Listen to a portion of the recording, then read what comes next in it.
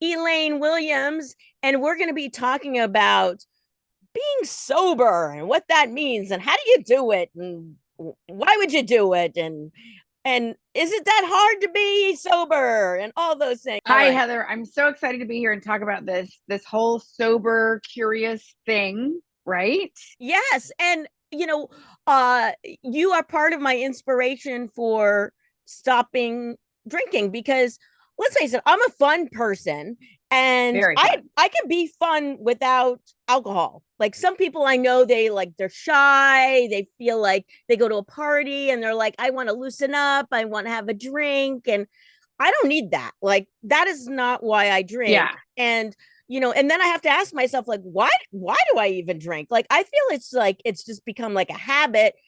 Maybe it's the flavor, and then I'm like I start to analyze these things, but I don't want to minimize how difficult it can be for people to give up alcohol, drugs, all those types of things. We're all in different places. We might have like a different chemical thing going on in our bodies, or we might have things that have happened in our past that now impact us, and we want to like numb our feelings and all these things, and reasons why people turn to drugs and alcohol. So I don't want to minimize it by being like day 9 I'm doing fine, because it's difficult. And And day 9, okay, let's face it, that's not that hard, but you know um let's see me on day 30. Am I thriving? Is this great? Or am I like, oh my God, give me a bottle of wine?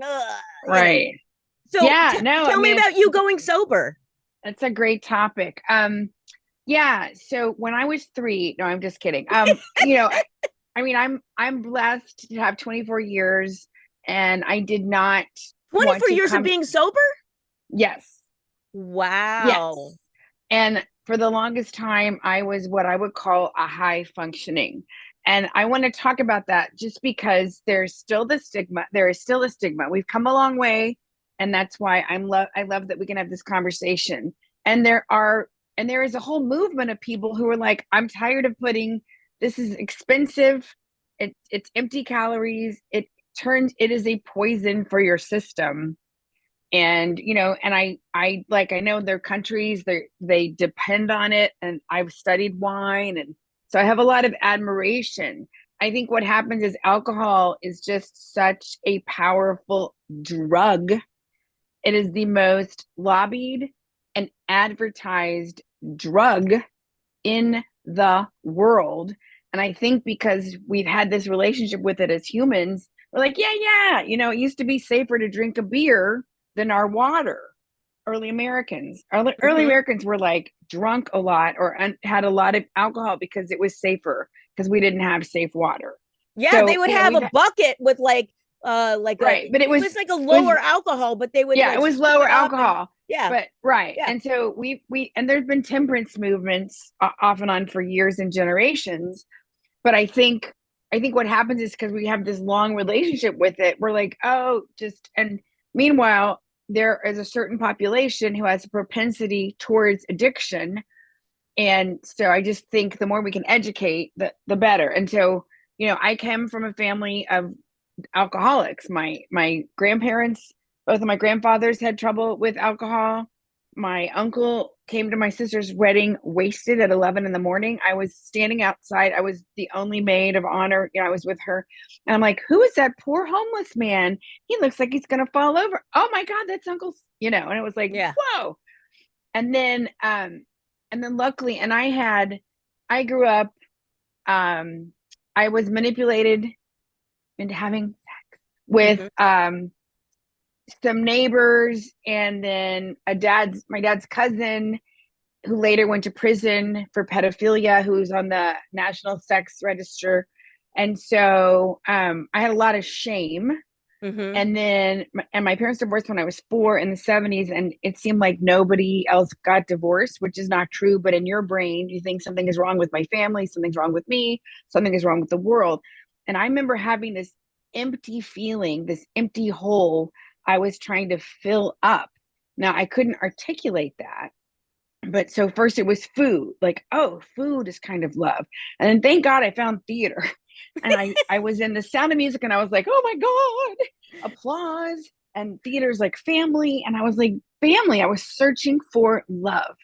And so, but I had this thing that I was always searching for something outside of myself. And so theater, and then what's very, very typical for a lot of teenage girls, if they are having weird sexual stuff happening, and unfortunately it's like 1 out of 3 does, maybe more, we don't always know the reportings, there's a huge connection between that and eating disorders. So I was bulimic with periods of Oh. anorexia, and this is very, very common. I wish my story was not, but it's very, very common. So but you think you're the only one because you can't go to school and talk about it. And even though I was in therapy, I couldn't say what was really happening. Oh, So wow. there was a Oh. lot. And then my stepmother was functioning for a while. And then my dad was a pharmacist and a dentist. So not only was she drinking gallons of scotch, but she would take bottles of pills. And I thought everybody had access to Percodan and codeine because I grew up on them. My parents are always like, shh. I was always being calmed down and shushed, and. So anyway, and meanwhile, I was like straight A student, president of everything. And my whole identity was school. Let me get out of my house because I was getting hit. My stepmother would attack me. My father would not stand up for me. So there was this sense of betrayal. My mom had taken off to live in Europe. And so there was really no adult advocating for me. And so I poured myself into school. So then I get to college and I said, okay, Elaine, as long as you make good grades and you go to class, you can do whatever you want. And I got into drugs. I got into ecstasy. And I remember trying Coke and I was like, whatever. But then my friends were doing crystal meth and I was like, you're losing weight. Is this how you're doing it? And it never, Oh. I just thought, okay, great. Like to be fat in Texas in the 80s was the biggest sin. Like I was conditioned, you could not be the fat girl. Like, and I had gained a lot of weight from beer and pizza. That's what you do your freshman year, right? And so the worst sin would be flunking out of school, which I was not doing, or being fat. And so that was, and so I did crystal meth. And then thank God my GPA started going down and I realized this is messing with your head. And I was all broken. I was so skinny, but I still had big thighs. I was like, it's not fender thighs, even on crystal meth. And I looked like I had chicken pox. And so luckily something said, okay, Lane, you got to throw this shit away. So I literally took my last final and threw the rest of it away. And I remember going through a little bit of withdrawal. And I remember I had a thought of like, oh, I wonder if this is like this for my stepmother, because I knew there was something wrong with her. And then I read this book, Codependent No More, and I was like, oh my God, it's not my fault that she drank. Because Heather, I thought my whole life I thought it was my fault because I was too much, too loud, to this, to that. And so that was a huge, huge, huge weight. Anyway, You were putting all so this burden on yourself. Like, so there then was you had the so, sexual abuse, and then you had this thing with and then she there was was also so being much stuff. violent, and oh my Yeah, God, yeah, all that stuff, there all was that so much pressure. stuff that wasn't mine that I took on. I just took it on. And so anyway, so but I wanted I want the audience to know, like, I was still like A's and B's. I still got up and went to work no matter what. If I had 4 hours of sleep, I remember being at Chili's when I was 19 and I started Xing again. I drank like orange juice and some chemical reaction happened. Like, but no matter what, I went to class and I went to work. So I was a highly functioning addict. And so then I finally graduate, I do summer stock, I travel. And when you tell yourself, I'll be happy when. Mm-hmm. And so luckily I had stopped taking laxatives because I knew like you're going to kill yourself. So I did that off and on for 12 years. So I'm really lucky that Oh, my body wow. is healthy. That's why Now, I want to keep that. I was just Go going to ahead. ask you, so were you just anorexic or were you bulimic too? Were you like teetering in both I was worlds? mostly bulimic. I had periods of anorexia, but I was usually like binge purge, which was how Oh, my drinking was. I was never like every oh, day. So, and that's part of when you think you might have a problem, you do all these things it's like there's a war going on. And you're like, I'm fine. I'm fine. Look, I have, so I was in Austin and I had a house sitting business. I stayed in beautiful homes and took care of dogs and cats and plants and, oh, and then I worked at the best restaurant, Hudson's on the Bend. I had worked at Chewy's. I was doing theater all over town. I was in a modern dance company. I had money in the bank. I had a cute boyfriend. So you always are trying to prove to yourself, I'm fine. Okay, every once in a while I do stupid shit.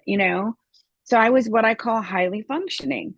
And I And was, can I ask you a question about this? yeah, So, like, yeah. when people go down these paths of like, experimenting with drugs and doing this stuff, they may end up with a different group of people than they originally, unless like their friends are into that type of thing. So, did you find yourself in dangerous situations Oh, during this? Because yes. if you're in college and you're trying to get crystal meth, I mean, unless someone's dealing it on campus, it seems like you may have had to go to bad neighborhoods or do. I mean, did you encounter anything really bad like that? Oh, yeah. I mean, when I was in college, I sort of hung with the partiers in college Mm. and a little bit of their people. But after college is when I really, or when I came back to finish, I had a gay roommate who like left me with all these crazy bills and stole things from me. And that was devastating to me. And then I met a British guy, a Cockney guy, and it was like a new low. Like he beat me up. I had to beg him to leave. I had to go to school with a black eye and a broken tailbone, and I had to go to my teacher and say, "I'm just going to be standing up in the back. I'm fine. I'm fine. I'm fine." And he was like, "Oh my God." I was like, "I'm fine. I'm good. I'm good. I can't sit." And so I just want people to know, like, I was on the dean's honor list while I was getting rid of this guy who beat me up. So there's that. And you always say, that'll never happen to me. But when you have somebody who knows you intimately, knows how you think, knows your schedule, knows your habits, the police can take forever. Like, I can't tell you how many times. I mean, it's only a couple, but when I was like waiting for the police, like one time I was in the bathroom on the phone and he was coming, he broke in through the kitchen window and he was covered in blood. And I was like, damn it, I just got through a fire and now you're breaking more of my shit because my stepmother had burned the house down. Anyway, it was a rough time. But what I want the audience to hear is like, yeah, it was like new lows. Mm-hmm. And but it's slow. I mean, as humans, we can tolerate a lot and we keep going because we don't know. And I was unconsciously attracting the same low vibe, Mm. the messages that I got from my dad and my stepmother. It was very painful. I was treated very differently than my younger sister and my older stepbrother who could do no wrong. I was like the lightning rod for the family. I mean, this is all my perception, but I bet they would both agree. But Mm-hmm. anyway, so yeah, I finally graduate. I got to travel a little bit. Um, and I'm finally like sort of more stable, right? And I'm like, okay, I'm doing back-to-back shows. I'm getting known as this actress, singer, blah, blah, blah. I should be happy. And I was miserable, Heather. And I could not figure out why. Because I was like, okay, I'm doing okay financially. I have a great place to live. I'm living in beautiful house, like all the things. And I met this woman and she said, come to this thing called the Landmark Forum. And I've been hearing about it for years. And I was like, the only time I can do it, because I was back to back shows. And this one night, she said, come. And it was the only night I could come. So I go, and all these people are like, I just bought my first house. I just did my first movie. Like, they are self expressed. They are happy. They are joyous. They are transformed. And I hated them. Like, because I wanted what they had. Yeah. And I had no money because my stepmother had borrowed money from me after the house had burned down. She borrowed $8,000 to go on a cruise, and she took my dad on a cruise, and then she bought my stepbrother a house, and she never paid me back. And that was like a whole new low for me, alcoholically. Like, it was so painful. So I had no credit. she had screwed up my credit, and I didn't even have a credit. I don't think I even had a checking account. So I go to this thing and I'm like, okay, I want to do this, but I don't have any money, blah, blah, blah, blah, blah. So this lady comes, she signs me up, but I had back-to-back shows and then my sister's wedding. So I couldn't do the forum until November, right after my sister's wedding. So I'm sitting there, Heather, and I go, it's a Friday, Saturday, Sunday. And the first night I'm like, okay, oh wow, like a business guy who looks like it has all together, he worries about what people think. Who knew? So I'm having little ahas. Mm-hmm. But Saturday night, I'm like, I'm over this. I just want to go watch movies and eat Chinese food, you know. But I thought, Elaine, you paid for this damn thing, finish. So Mm-hmm. the Sunday morning, the forum leader's like, we're gonna go on a break. How many cigarettes are you gonna smoke?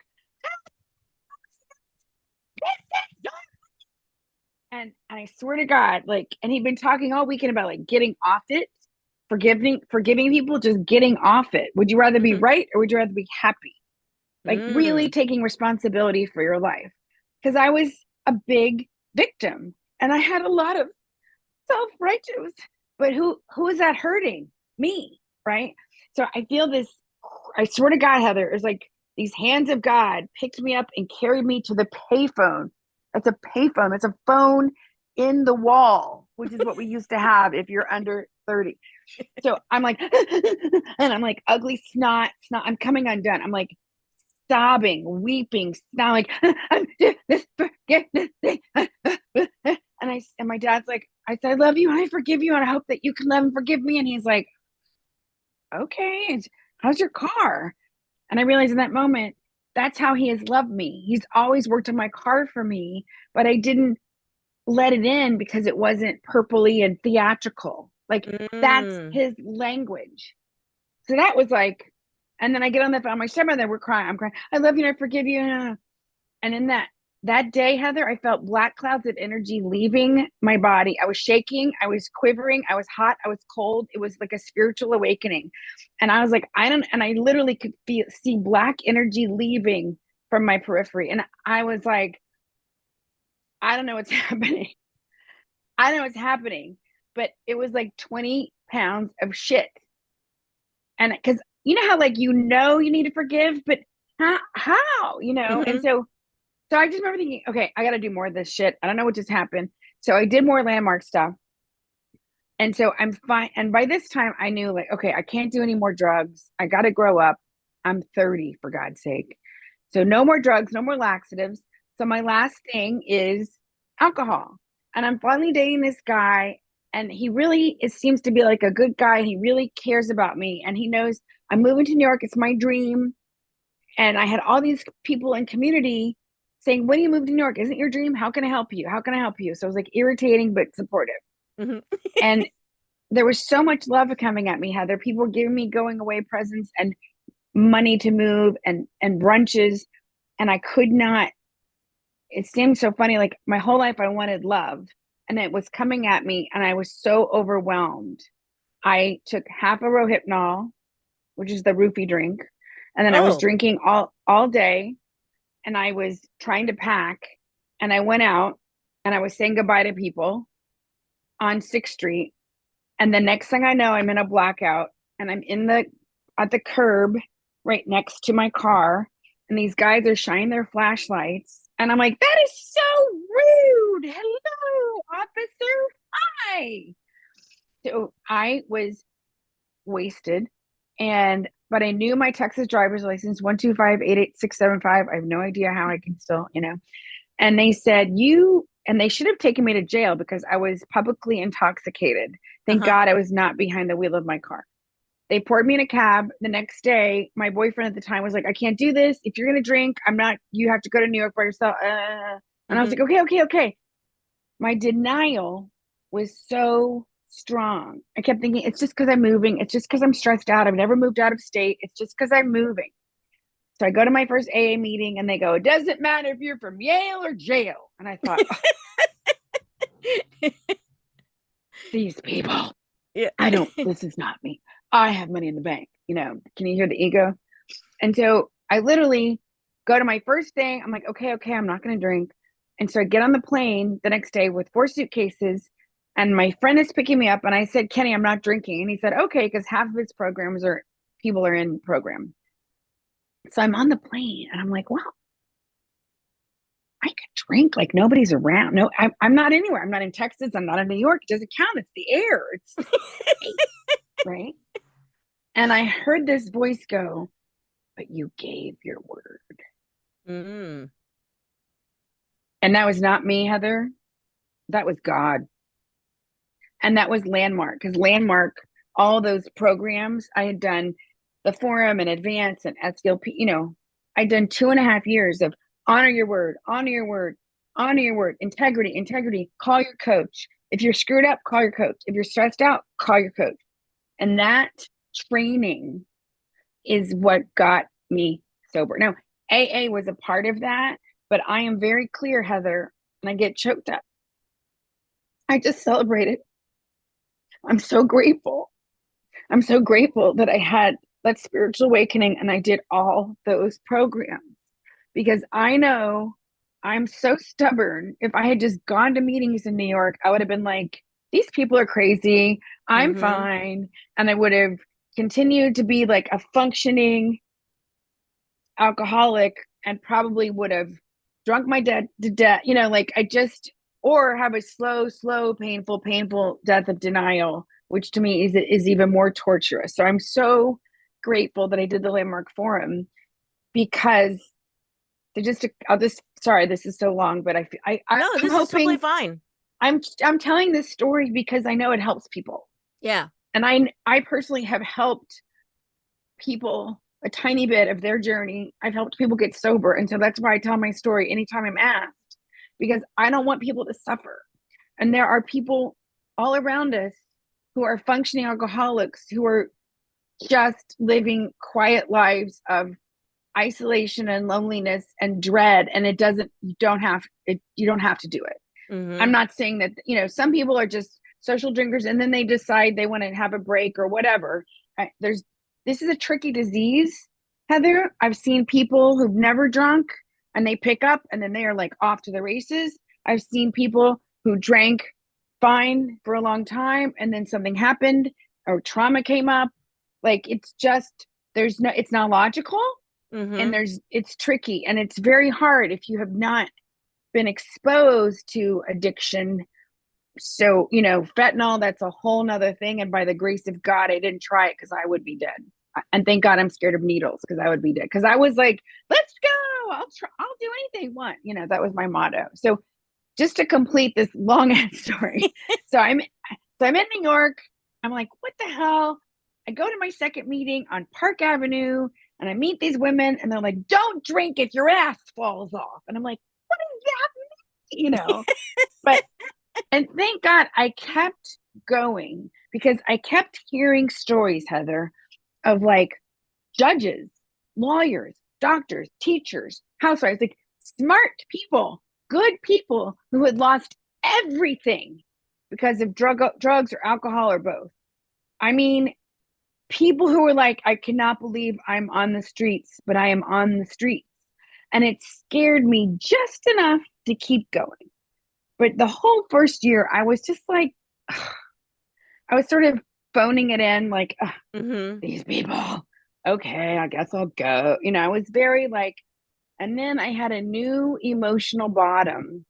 My boyfriend had come to visit, and I was getting healthier slowly, and he was getting unhealthier. He Oh. gained weight, he was smoking, his control issues, like, and I didn't realize at the time, but he needed me to need him.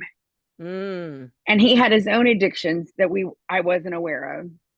And I had changed the game because I'd gotten sober. I still loved him. And I was really hoping we could like somehow work out but he could not handle it. So he broke up with me. And that's when I surrendered. That's when I was like, I have nothing else.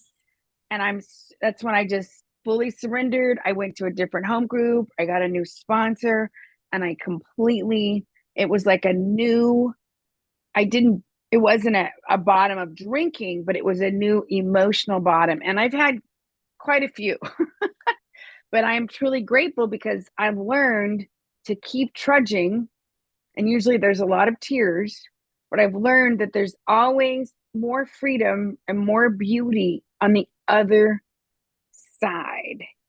And Mm. sometimes it's like, yeah.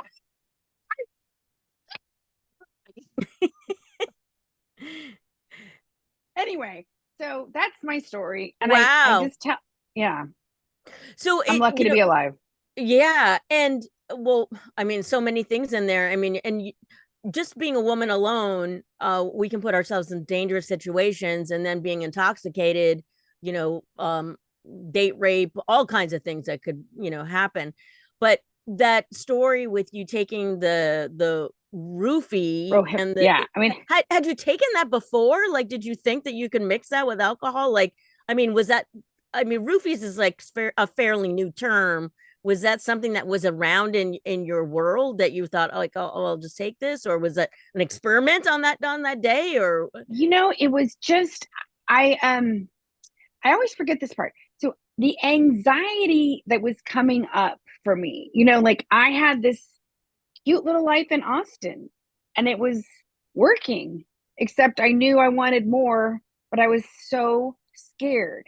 And like the last few months, I would have to get up. This is so crazy. I would get up and go jog for an hour, really slow in the Texas heat, oh but my it god, would kind of calm me down. And then I would go work or pack or do something. And then if I wasn't working that night, I had to go jog again. Like, wow. that's crazy. At I least was so it's a skinny. healthy addiction, though. but like, but like that was the only thing that seemed to quell my anxiety. And Wow. so, and then, so I'm trying to like manage that and say goodbye to people and give things away and find a place to keep my car. And, it was overwhelming. And luckily I had a lot of friends, but my family was just like, whatever, and uh, so I think I had taken part of a roofie at another time, but I think I just had so much anxiety. I was just like, I'll Mm-hmm. do, when you're just coming out of your skin, I was just so scared. Yeah, and so it sounds like it was a journey. So it was like you did the landmark forum. That took it sounded like a couple of years of just laying that foundation, and then you were ready for this next step, and then you have this downward spiral, and then there's violence that's involved, and all these highs and lows that go over the years. So it wasn't like just a snap of the finger overnight. You're like, I'm going cold turkey or whatever. It was just like there was a lot leading up to that moment. So Yes. once you Yes. did decide to when you're on the airplane, you're like, I'm not going to drink, and you had that voice that told you. Did you ever have times where you were like, you kind of fell off the wagon and you had to deal with that, or were you able just to stay sober the entire time? No, I mean, by the grace of God, I've had a couple of close calls.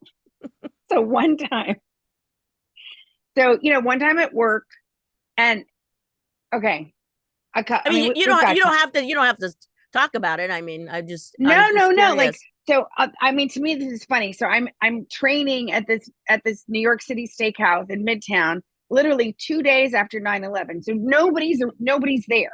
Oh my So god. nobody's there, and the manager was like, "You have to taste the port." And at this point, I had 1 year and a month, and Oh.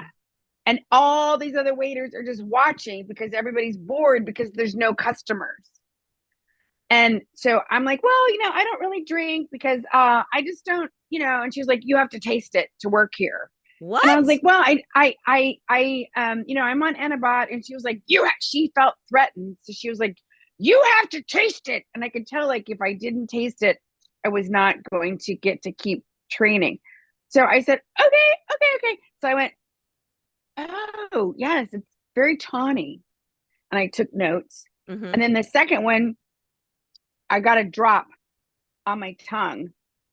And I was like, and luckily my brain was like, ding, ding, danger, danger, danger. Well, like I literally, and I said, oh, that one's more like, blah, blah. And I said, excuse me. And I went and washed my mouth out. And so I called my sponsor and she freaked out. And she was like, you have to start counting days again. And I was like, but it was not intentional. Mm-hmm. So she made that all about her. So Oh, yeah. I realized like that was a weird fluky thing. I can't do that again. And then like after a few more months, I was like, I'm an alcoholic. I don't drink. I'm very open. So that way people don't pressure me. It's no big deal to me now. At the Mm-hmm. time though, it felt like whatever.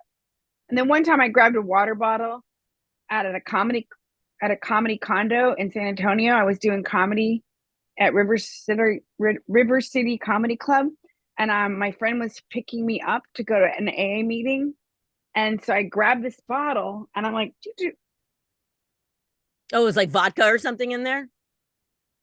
and I was like, oh my god, you know. So like the whole meeting, I'm like, do I say something? I don't. I thought I was bringing water. I thought I was bringing water. I'm not going to say anything. It's going to cause pandemonium. People are going to freak out. It was an honest thing, and then I brought it back and I said to the boyfriend, you cannot do this. And this is one of the many reasons I had to break up with him, because he would leave pot. You know, I was like, you can't. You know. So, but what I'm happy is that I had reactions of like, whoa, you know, Mm-hmm. like I don't. But Heather, to be perfectly honest, I have had some very challenging times emotionally where I was like, somebody handed me a martini right now. So that's why, you know, you hang out with people who are safe with you. Mm-hmm. You know, like I go on trips with sober women, or I go around trips. You know, like when our friend Katerina, when she invited me on the cruise, I said, first of all, I don't drink. I don't enjoy being around people who are heavy drinkers anymore. It's just not Mm-hmm. my thing. And she was like, oh, there's very few people who drink hardly at all, you know. And I was like, Mm-hmm. okay, cool. That's my vibe now. But you know, I was traveling with a different boyfriend and we had a huge fight, and it was very painful. And some he said some horrible thing. A couple of really bad things happened, and it hurt me like to my core, Heather. And I mean, I was like, God, you know, just like, oh man. And I intellectually I knew it would not help, but I was like, don't tempt me, because I was so hurt and so angry. But my sober girlfriends were like, Zoom with me, journal with me, listen to podcasts. Like they're like, use your tools, use your words. And they, you know, that's when you have people that carry you. And I'm so glad I did not drink over that stupid jerk. But you know, it was like some of my deepest, darkest wounds were brought up. And you Oh. know, I got through it. I got through it in Portugal, traveling, you know, practically alone. Because here's the other miracle is that there's so many things like podcasts and tools and things you can listen to if you're curious, you know. Um and I'm just, you know, I just want to encourage, you know, feel free to reach out. Anybody who's curious or wants to know. There are so many great 12-step meetings. There's a place in Portland that has it's donated. It's a beautiful mansion, Heather, and it's just all these 12-step meetings all the time. Really? Al-Anon, DA, SLAA, AA, like there's so many great meetings. Oh, I had no idea that that was here. Wow. Alateen, like if you have been affected by addiction, and most of us have loved somebody, there is a meeting for it. Now, I'm not saying every meeting is perfect because we're human, but there are online meetings. There are, if you're somebody who is addicted to love, being in love, hello, needing validation. If you're always in debt, like there's so many great meetings. And you know, you have to be willing to do the work and be humble and look at yourself. It's not very sexy, but it's freeing and it can change your life. Yeah. And addiction, habits, things that, I call it a habit just because it's like you may not necessarily, it's easier to me, like a habit is easier to break than maybe in an addiction, which to me it's like a habit. You could get in a habit of doing something. Maybe Yeah, it doesn't have like its tentacles like deep into like your psyche or something like that. It's just we get used to doing things, and we do. we are creatures of habit, and like oh, guys get together, they get a six pack, we're going to watch the game and have a six pack. Like, it's just like, it's so ingrained in our society. Like It's so these, ingrained. Yeah. and, you talked about going to Portugal. Like, the first thing that pops in my head is like wine is probably like everywhere. It's just like, it's so in our culture all the time.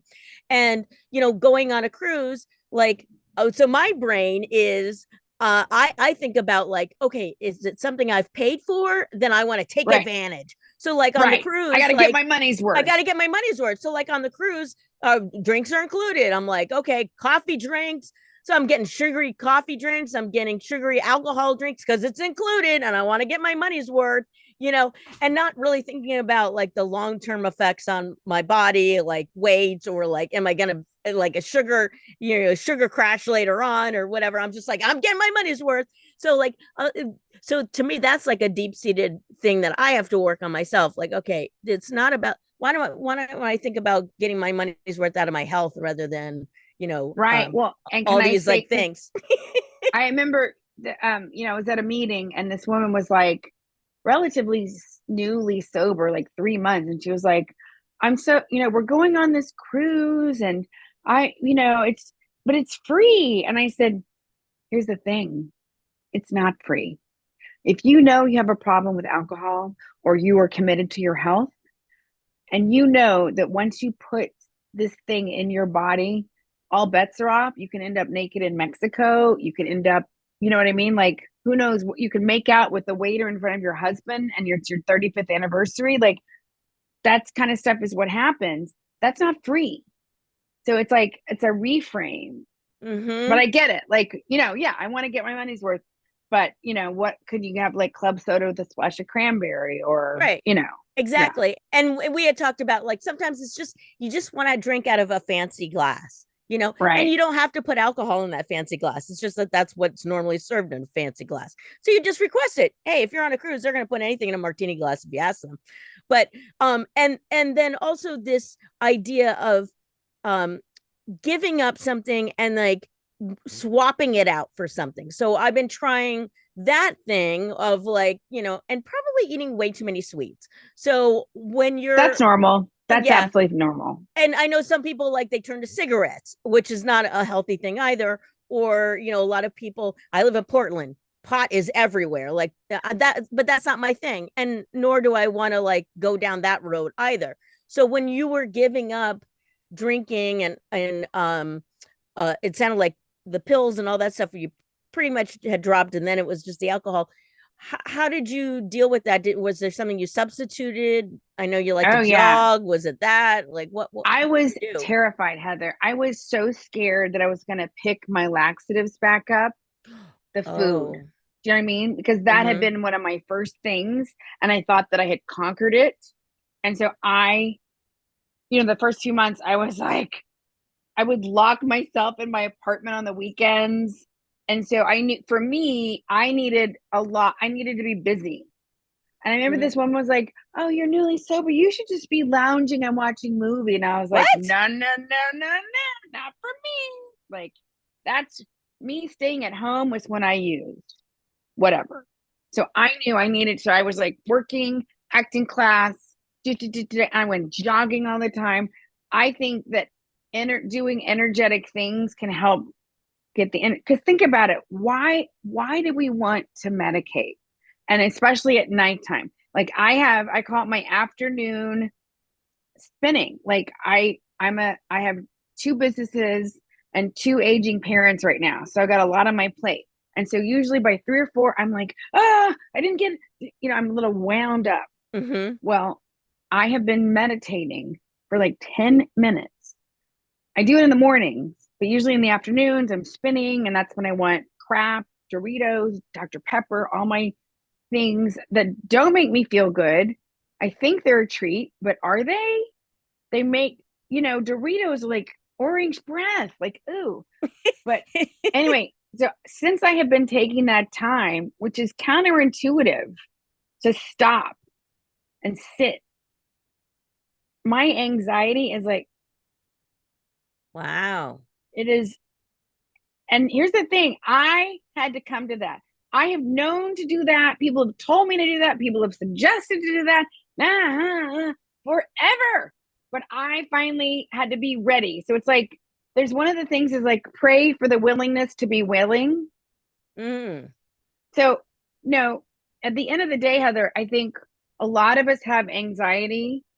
A lot of us, our brains are overwhelmed, and that's why we get depressed, I think, because there's so much information coming at us, and our poor little brains were not designed for all of this stuff, 8,000 messages a day or whatever. It's like, so it's like there's this fatigue, right? Of like, is this important? Mm-hmm. Do I need to save this? That's why half the things we don't even remember, because our brains are like, yes, no, no, no, no. I don't know. Right. And so, it sounds so cliche, but like, go for a walk, look at the world, get off the screen for a minute, breathe. So, I think a lot of times we push things down because it's anxiety, it's depression. I'm eating more sugar because I'm sad, because I'm watching both of my parents slowly die. In they're living in separate apartments. They've been divorced forever, and they both are not very social right now, and it's just hard to see them sort of slowly get more and more weak, and it's sad. And I don't like sad. I'm good with mad. I'm good with like, sass, but like I don't like sad. So it's like, ooh, chocolate pie, whatever. So like, but just like talking about it. And I guess the other thing I want to say is like, if you're listening, you don't have to decide, and you can come check out a meeting and it doesn't mean anything. I can't tell you, like, I'm very open. So I worked at this restaurant for 15 years. So after the first few months, I was like, I'm an alcoholic, blah, blah, blah. And I would just be like, I need a meeting. I need a meeting. I'm very open about how I live my life. Not like yay, but that's just my personality. So I can't tell you how many waiters and comics I said, sure, come. And so they had the experience of being in a meeting. So they're like, if I ever decide I'm ready, I know where it is. I know, oh, there's meeting. And so, you know, and it is not a perfect program. There are some crazy people there. There are some people who will try to pick you up. It's not perfect, but you will hear something. And being able to identify with other people who are working on being sober one day at a time is it's magic. And being able to identify, I mean, that's how Heather and I met, through a business group, and being able to identify with other mission driven female entrepreneurs with big hearts. We love to help, and we also got to make money because we got to fund our mission. And but just knowing like, oh, you have that challenge, so do I. I'm not the only one. And just being able to identify and be in a safe space, I think, is so beautiful. And I wish that for every human being. I think if we could have safe spaces for people to come and commune and really identify and connect, what would be possible? So, Yeah, and that's a lot of times why people turn to drinking in social situations, because they don't feel secure. They feel yeah. anxiety around the whole situation. I mean, you and I are extroverts. We can probably go into a room and just start talking to anybody, where other people are just like wallflowers. Are you going to tell me you're not an extrovert? Well, I was just going to say, I want a caveat. I am an ambivert. I love Oh, people. I love people. And there is a part of me that if I am in a new environment, I can be very shy and very awkward. And that is true for a lot of comedians and a lot of performers. Go hang out with the comedians when they're not on stage. It is not fun. A lot of them are depressed and funky and weird. And so I used to drink to give me that false social oh, courage. I used to oh. put myself in dangerous situations with people I didn't know very well, because I sought the adventure and the excitement that I experienced at home growing up. And then I would medicate because I was like, oh my God, I'm in Vegas with this person I just met. Fuck. Or like Yeah. I did a lot of crazy things. Thank you that I'm alive. But a lot of times, in order to get through it, I would then medicate even more. It's not logical. It's not logical, but I'm just sharing this in case any of this resonates with somebody who's listening. I'm like, oh my God, I drank because I felt awkward. A lot of people say I always felt awkward, weird, um, not comfortable in my own skin. And then I had my first drink and I was like, whoa. And that's when a lot of alcoholics are born, because we're like, this is the juice that's going to give me power, like the ring. So, Yeah, and I kind of discovered that I was drinking out of boredom, like being in situations where yeah. things Oh, weren't stimulating socially. enough. Yeah, yeah. Yeah. And because I love, I just went to a party the other day and I'm like, bringing it on, like just and I was completely sober, and my energy was like a 10 and everybody in the room was like 0.02. And I was like, I don't know. Yeah, and if I had been drinking, I probably would have been like, I gotta have a drink because this is like not my scene, but I wasn't gonna do that. And I just like I try to kind of bring my energy down to a little bit, Match but them. you know what? Then I just left early, so Yeah. there you That's go. the thing. I mean, that's the thing is sometimes when everybody else is on a different vibe, I've gone and sat in rooms and just read, or I like to take my own car because and I still love people. And that's why it's kind of fun when you find like, I'll just share this. Like I was like, I'm never gonna have fun again. I was a club girl. I used to do ecstasy and dance and just have the most fun in my 20s until it stopped being fun in my late 20s. And I used to think I'm never going to have fun again. I have had so much fun as a sober woman. It just feels different. And it's a deeper, richer connection with myself, with the world, and with others. Like I'm grateful that I had the college thing and somehow I managed to not kill anybody. Thank you, God. But now I have fun and I can still go dance. I still do crazy things. I take dance breaks in my room when I'm tired to wake up, but it's a different level. But you will find your people again. Yeah. You will. And so one of the reasons why I started this whole journey with the Savvy Frugal Vegan is that I want to, have other people discover how healthy vegan plant-based diets are. And I thought, well, I also should probably give up alcohol because that's not healthy. And they are discovering more and more that alcohol is just strictly a poison. Like It's a poison. there was a Yeah. time when people thought like, oh, the tannins from the wine or whatever it was, like was healthy, but really it's just grapes. So eat grapes and just forget about the wine part. And so of course people love that, the idea of like, I mean, smoking, people used to think that that was healthy, and Right. then we look at back and we're like, how did they ever think that was healthy? And Same with the processed foods. I How do we know, ever think that stuff in boxes and cans and yeah. plastic? Yeah. So we're the exact same age, and we're getting up there in life, and so I think, if I want to live a healthy life, I mean, what do we have except for if we don't have our health, and we are on this planet, we are lucky to be alive, we might as well you know make the best of our time that we have left, rather than drowning our tears in substances and all that kind of stuff. Now, I will take a cinnamon roll, the doughier the better, but Oh, girl. Yeah. but one thing I discovered early on when I was on this journey, 9 days, okay, I'm early on, but when I decided to go vegan, if something was not vegan, I'd be like, oh no, thank you, I'm vegan. And I was able just to say no to something. So now it's just the same thing. I'm just going to train my brain to say, oh, it's got alcohol in it. No, thank you.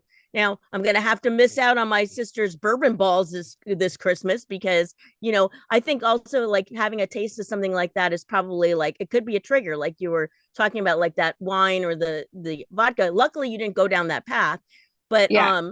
and I wouldn't ever count that. So I don't know what that person was talking about with the days and all that. So 24 years, that is amazing. I know we're going long here, so I do want to ask one last question though about going to these meetings. So you've done it for a long time. You've obviously kicked the habit, but do you feel that it's just like sometimes there's little triggers out there and you need that support, or why is it that you keep going back? And Ah, such a great question, and maybe we'll do a part two. So because here's the thing, like I'm sure that if you said, Elaine, I'll give you $1 million and whatever, I could probably do a controlled thing. But I know what would happen was my brain would start going, is it 5 o'clock? Can I have my one glass? Ooh, how can I kind of make it? I would just, it would, and that's how it was growing up for me. It was like, okay, if I starve myself all week, maybe can have pizza on the weekends, but then I have to work out. But then, it was like this obsession, right? And so I can obsess or be addictive about lots of things. Like, I do love cinnamon rolls. I do a thing where if I really, really want something, I will go get one serving. I don't bring the whole thing home because that's like hold this bag of cocaine for me. Mhm. But so I know that I still have control issues. I know that I take things personally when I shouldn't. I know that I can be insecure and neurotic about myself and my talent. I know that I have a tendency to want to throw money at things instead of maybe, well, let's think of, I still Mm. have some isms I am Mhm. working on. And I want to be the best human being I can be. I want to help the most people. I want to have my life make the most difference, right? Like I've been spared. So many people don't make it, and I've made it so far. So I want to be the best version of me I can be. And so I have enough on my plate. So it's just simpler. And so it's so freeing to be like, yep, that's not an option. Oh, cocaine. God, at 3 o'clock, I wanted it today. But yeah, it's not an option.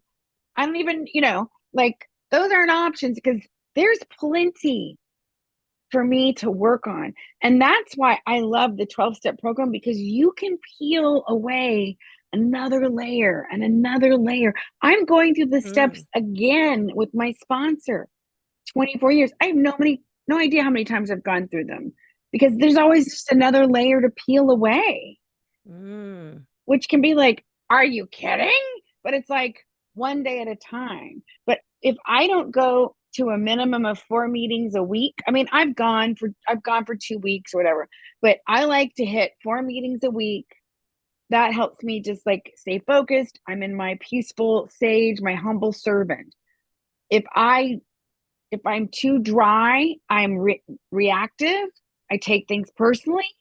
I'm easily offended. I Mm. I don't laugh at myself. I am self-righteous. My brain gets really loud and judgy, and I have an inner critic that's so mean. They say that addiction is a disease of self-hatred, Ooh. of impossible perfection, impossible standards for ourselves and then the world. And so that's why I keep going. And believe me, Heather, I go through stages where I'm like, I am so sick of this. So then I go to a different meeting. I jazz it up. I go to more meetings online. I go to women's meetings. I'll go to a different program. But I like the structure, especially when things are crazy with like there's a lot of stuff happening in my personal life. So that's why I keep going. And that's why a lot of people I really respect and admire their program. One of my best friends has 35 years. Her Wow. story is crazier than mine. And Wow. mine's pretty crazy, crazier. Her family is like another notch, if you can believe it. Like, that's another reason you go to these meetings and you're like, oh my God, this is the best entertainment for $1. Like sometimes you just hear these stories of people that you're like, I cannot believe you've been through that. And it helps you identify and go, okay, I'm good. I'm good with my problems. So Yeah. there's a million reasons for me to keep going. And I hope that I always keep going because I know it helps me and then it helps me help more people. Yeah. And for people out there that want to go to a meeting, I think they're worldwide, I think, but does it, you mentioned $1, does it cost money for someone if they don't have any No, money? Does it, okay, absolutely not. okay. It's donation based, and they're always like, if you're new, just come. And if you can't afford the literature, people will help you. I was in Costa Rica and they had AA meetings. I saw 2 AA clubhouses. It said Bill Wow. Wilson AA, and meetings are like Saturdays and Tuesdays. And I was like, I want to go. It was Spanish only. But I've been to a meeting in Prague. I've been to a meeting in Vienna, in Hungary. Wow. It's amazing. And there's online stuff now because of COVID. There's a lot of things that stayed online. So Wow. And if people go and maybe they've got somebody in their family that is suffering from addiction, can they go just to learn maybe a little bit more about the disease?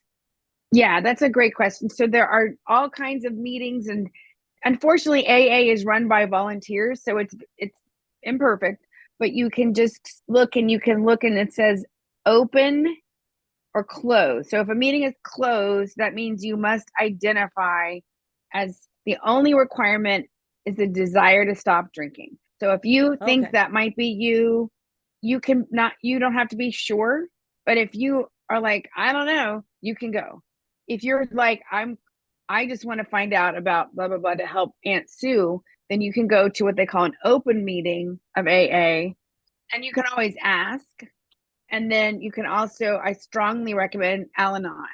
And it's for anybody who's loved somebody who's struggled with addiction, even if it was 20 years ago, because Mm. addiction trumps everything and you are more affected than you realize. And it can be very healing and cathartic. Wow. Oh, okay. This is great to know. And so, if someone is addicted, maybe to drugs, could they go to an AA meeting, or would that be at a different type of a meeting? That is another great question. So, NA is awesome, Narcotics Anonymous, Okay. and it is a different vibe than AA. If you are coming off of drugs, go to whichever one you can get your butt to. I think addiction is addiction is addiction. There are nuances. There are some NA people who don't like AA and vice versa. I know many, many people who had struggles with drugs, and they found more help in AA. And that's And then I more know, Christian based, right? Or well, spiritual, or what would you it's supposed to be God. It's supposed to be spiritual. It's supposed spiritual? to be Okay. open. So Okay. there's Jewish people, there's religious Okay. people. I So mean, it doesn't there's okay. it doesn't matter. Um, NA is just a different vibe. In my experience, it's a little bit rougher Mm-hmm. when I've done conventions. And so, a lot of times you just kind of need to go where you feel the most comfortable. But if you feel like you're going to die, go anywhere and get help. Um, I just know a lot of people with long-term sobriety, sometimes they get started there, and then sometimes they want to go deeper and they get that from AA. So, but these are generalizations. So there's nuances. There's Mm-hmm. Yeah. nuances. It's kind of like Toastmasters.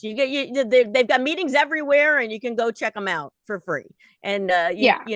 and sometimes you'll vibe with the people, and sometimes you don't. And so yeah, just check it out. Yeah. And then for sponsors, that's something that you can get once you probably join somewhere and you meet somebody, and it's usually somebody that's been sober for a longer period of time, I would imagine. Well, I recommend getting a temporary sponsor immediately, and just somebody who is like, oh, I really like what they said, or I like their vibe, just because it's going to help hold you accountable.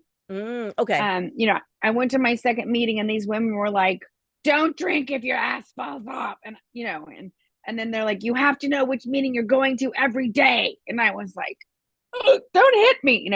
But they held me accountable, and I needed that. And so if you're new, you can just say, I'm looking for a sponsor or a temporary sponsor. It doesn't mean you have to make out with this person. It doesn't mean you're wedded to them, but it could just be someone to help hold you accountable. Wow. That's awesome. Well, thank you so much, Elaine, for being so honest and upfront about everything. And your story is some of the stuff I had heard before, but some of the stuff was completely new. So thank you for being so open and sharing all of that. Gives me even more respect for you than Oh, I already thank had. you. So, Elaine, I think you're wonderful. And uh, okay, we want to know about your business too. So, tell us about what you do, how you help people. Well, thank you, Heather. So basically, I help female entrepreneurs get over themselves so that they can be their fabulous, authentic self on camera, on stage, and when they're podcast guesting. Because that's the best way to stand out is to be the youiest you can be. And we get this thing where we're supposed to be professional or whatever. And I'm like, no, be you.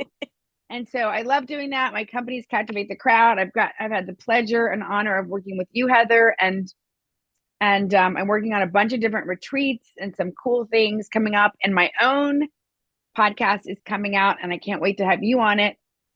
Captivate the Oh, Crowd and Captivate the Mic, yes, I'm and it's very gonna be excited fun. about that. Oh, awesome. Well, thank you so much, Elaine. Thank you so much for being here today and sharing all those wild stories. And but as wild as they seem, they're pretty common.